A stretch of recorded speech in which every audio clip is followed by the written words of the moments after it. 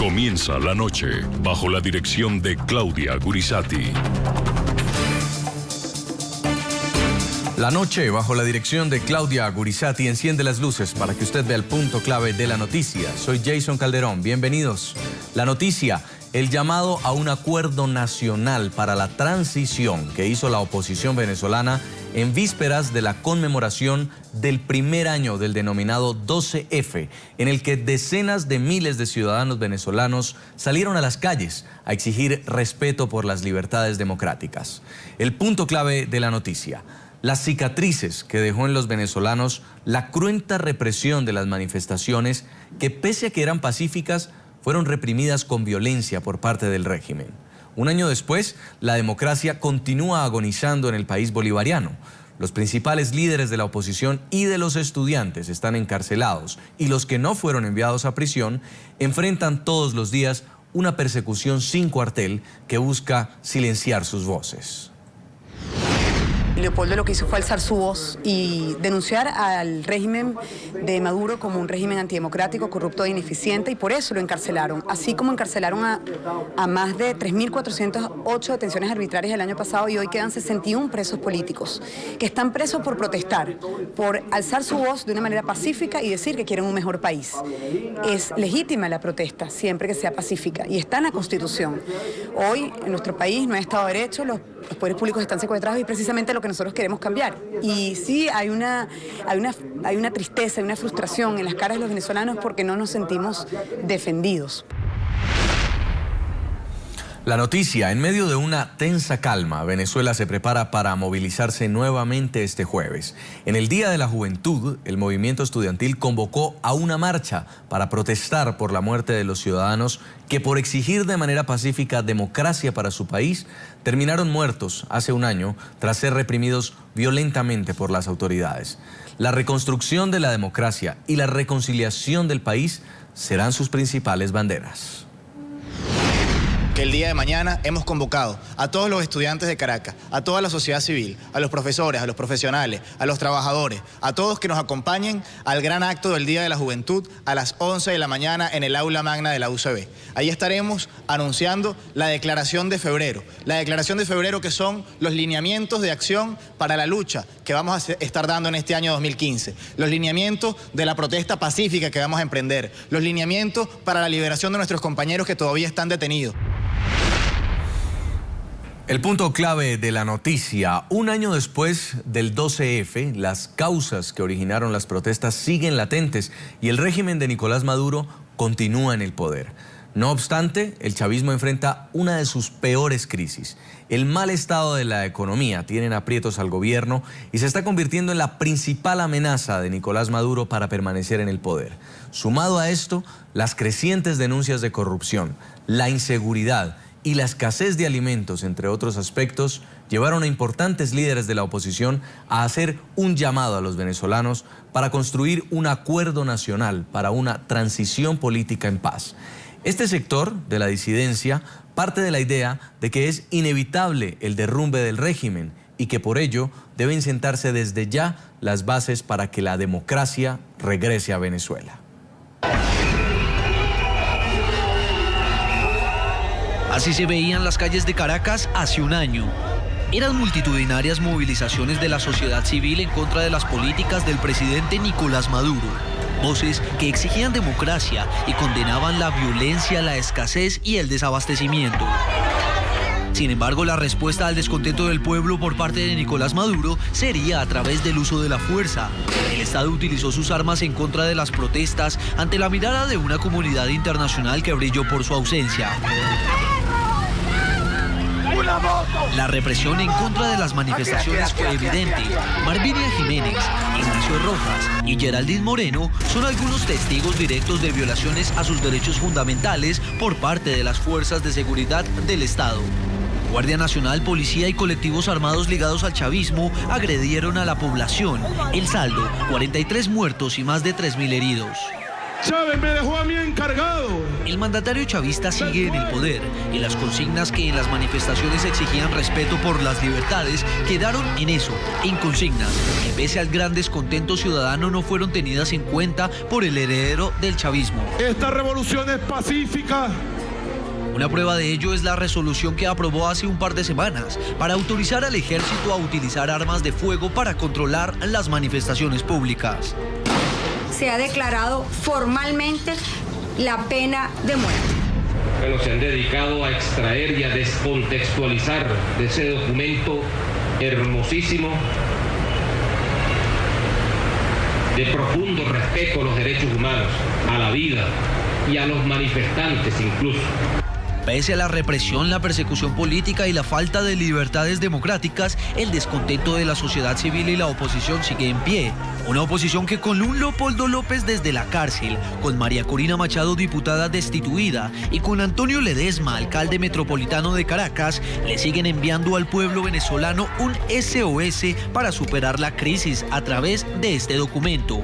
El texto se titula Acuerdo Nacional para la Transición y tiene como objetivo allanar un camino a la reconstrucción del país a través de 3 ejes: el político-institucional, el social y el económico. El pueblo de Venezuela vive una de las circunstancias más difíciles de su historia, a la que ha sido llevado por un régimen que en los últimos 16 años ha aplicado un modelo fracasado y ha ejercido de manera impune la antidemocracia. La precariedad y las tensiones que resultan de esta crisis y la insistencia del régimen en profundizar el modelo que la genera pueden llevarnos en muy corto plazo a una emergencia humanitaria y han deslegitimado en extremo al gobierno. Es claro que el régimen no resolverá la crisis y que el gobierno de Maduro ya entró en fase terminal.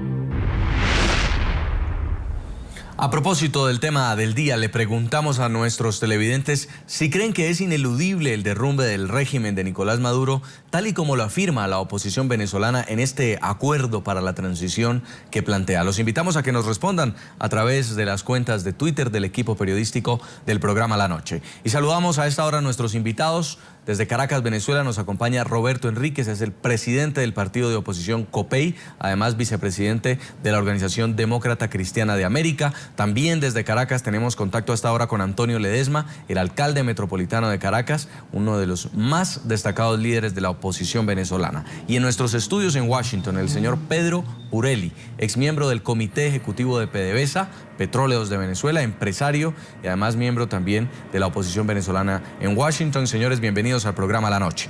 Quiero empezar con el alcalde Antonio Ledesma, uno de los protagonistas hoy de la noticia al presentar este documento, este acuerdo para una transición venezolana de forma pacífica. Cuando ustedes hablan del desastre que vive Venezuela, ¿consideran inminente la caída del régimen de Nicolás Maduro? Lo que es evidente es la caída de la economía venezolana, el deterioro de la situación social de todos los venezolanos, sin exclusión, sin excepción, porque la devaluación de la moneda, la inflación, el desabastecimiento no solo de alimentos, sino también de medicamentos, la carencia de repuestos para hacerle mantenimientos preventivos y correctivos al parque automotor, a lo que queda de la industria venezolana, a las zonas productivas que aún tratan de sobrevivir después de tantos atropellos como invasiones, expropiaciones, etcétera, es inocultable. Y vemos que el gobierno no tiene fórmulas, no tiene capacidad para tratar de detener una crisis que es irreversible y que esta catástrofe es una deriva de las impericias, de los abusos y sobre todo del modelo, de un modelo económico, de un modelo político que nada tiene que ver con la Constitución Nacional vigente, un gobierno que ha despilfarrado, ha regalado o se ha robado la fortuna más grande que haya podido administrar gobierno alguno en la historia de Venezuela. Pero aquí en este documento, señor Ledesma, hay algo claro. Ustedes hablan de un cambio de rumbo y de una transición. Están planteando incluso la convocatoria de elecciones democráticas. ¿En qué escenario se están preparando ustedes para actuar políticamente a través de esta carta? En el escenario de la Constitución Nacional, usted tiene como invitado también al diputado Roberto Enríquez, líder del Partido Social Cristiano Venezolano. Ellos han asomado algunas alternativas que de una u otra manera tienen relación con la búsqueda de una salida, que es, por ejemplo, el adelantamiento de elecciones parlamentarias o presidenciales, la realización de actualizaciones de nuestra propia Carta Magna. Lo cierto es que hay una crisis que el gobierno no está en capacidad de revertir, que estamos al borde de una catástrofe humanitaria, que el gobierno no puede hacer invisible las marchas que ahora tienen forma de colas gigantescas, de mujeres que pasan 5 o 4 horas para ver si consiguen pañales para el hijo que tienen o para el hijo que está por llegar, de ancianos, de abuelos, de gente que forman parte de lo que conocemos como adultos mayores, que no consiguen el medicamento que necesitan para sobrevivir, de jóvenes que han tenido que irse de Venezuela tratando de escapar a esta crisis múltiple que los amenaza, de un país que tiene problemas económicos, problemas de inseguridad, que aquí el país está en manos del AMPA, que el país no tiene policías confiables, porque es una crisis institucional y una impunidad que da pie también al desarrollo de todos estos desajustes. En Caracas, señor Roberto Enríquez, para nadie es un secreto que ha sido un año difícil para Venezuela, no solamente en lo económico, sino también por la cantidad de denuncias de violaciones a los derechos humanos, de atropellos contra sus ciudadanos, restricciones a las libertades. ¿Está en fase terminal el régimen de Nicolás Maduro? Gracias, Jason. Estamos en un punto de inflexión. Los puntos de inflexión quiebran para abajo o rebotan, ¿no?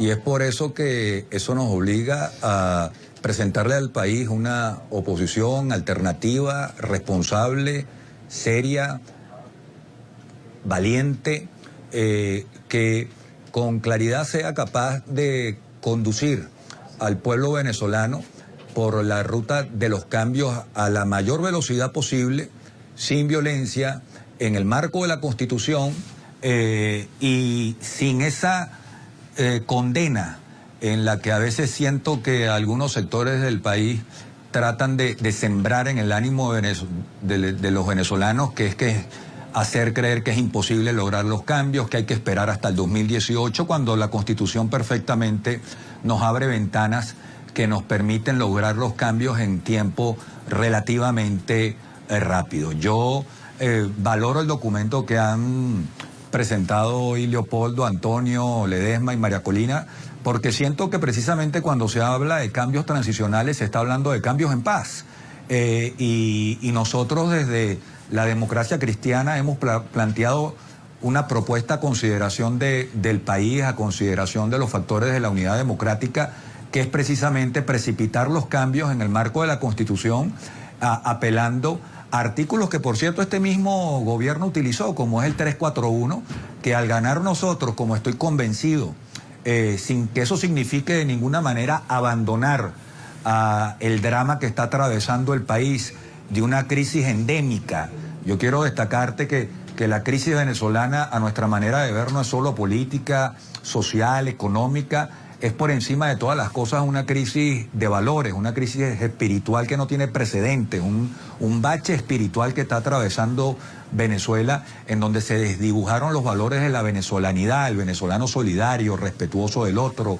Esos son valores que han sido destruidos en estos 16 años y que nos toca hacer un gran esfuerzo por reconstruir. Y hemos planteado que el recorte del mandato presidencial y la eliminación de la reelección indefinida son opciones claramente plasmadas en la Constitución. Ese artículo, el 341, este gobierno lo utilizó para prolongarse el mandato, para darse la reelección indefinida, y nosotros estamos proponiéndole a Venezuela y a nuestros compañeros de la MUD que nos tracemos como tarea recortar el mandato, lo cual implicaría unas elecciones presidenciales en el corto plazo. Lo que nos parece realmente tenebroso es la posibilidad de creer que se le puede hacer comparsa al gobierno desde la próxima Asamblea Nacional, creyendo que la cosa se reduce a aprobar presupuesto, a aprobar leyes. Señor Enríquez, yo interpelo a Sutanito o a Perencejo, cuando hay una gran oportunidad de lograr un cambio para Venezuela, de gobierno.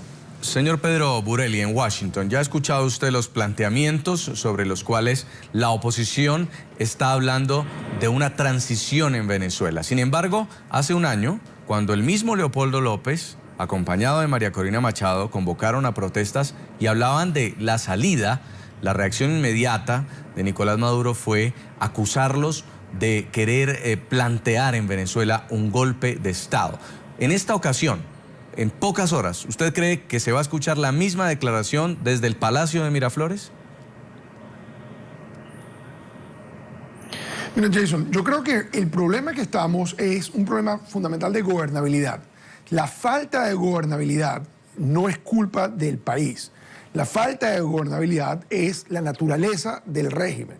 Es decir, uno no, por ganar una elección, uno no tiene 6 años de gobernabilidad. Uno tiene la posibilidad de gobernar por 6 años, pero esa posibilidad se destruye según la forma en que se gobierne. El año pasado, lo que demostró la reacción del gobierno ante las protestas y la voluntad de utilizar la violencia es la naturaleza, el talante del gobierno. Una vez que se vieron las crisis económicas y la caída de los precios del petróleo, se ha visto también la incapacidad real del gobierno para solucionar problemas objetivos, materiales de la sociedad. Entonces, el problema que nosotros tenemos es que un gobierno que está arrinconado quiere arrinconar a su vez al país. No es culpa del país que ellos no puedan hacer un giro de política, un cambio real de su equipo, llamar un verdadero consenso nacional, buscar ayuda internacional de verdad y no mendigarla. Eso no es culpa del país. El país está sufriendo las consecuencias de un gobierno ideologizado, trancado en sus casillas, tremendamente criminalizado, por lo tanto, asustado en cuanto a las consecuencias de perder el poder, y eso es lo que nos ha reducido la gobernabilidad a cero. Eso hace ver que la posición, un año después, de María Corina, Leopoldo y Antonio, en cuanto a empezar a hablar de una transición, es válida. Y me gusta mucho oír la posición de Roberto, que está entendiendo de que no podemos jugar el juego como si aquí no estuviera pasando nada. O sea, aquí no hay gobernabilidad. Un país sin gobernabilidad va a entrar en el caos y ese caos va a afectar a todo el mundo. No creo que esperar que la gente se esté matando en la calle para que entonces entrar a jugar política, porque ese es el momento. Hay que esperar que las cosas se pongan malas, que es la posición de alguna gente. La oposición es una posición cínica y terriblemente riesgosa hacia la población venezolana. Es decir, el esperar a que estalle el país para que entonces uno entre a recoger las piezas, no. Yo creo que desde la salida del año pasado y la posición nueva, reafirmada hoy en el comunicado de Leopoldo, Antonio y María Corina, hay una visión de la política como una acción activa. Se tiene que adelantar uno a los hechos. No puede esperar uno que el país se destroce para decir, bueno, ahora me toca a mí el turno.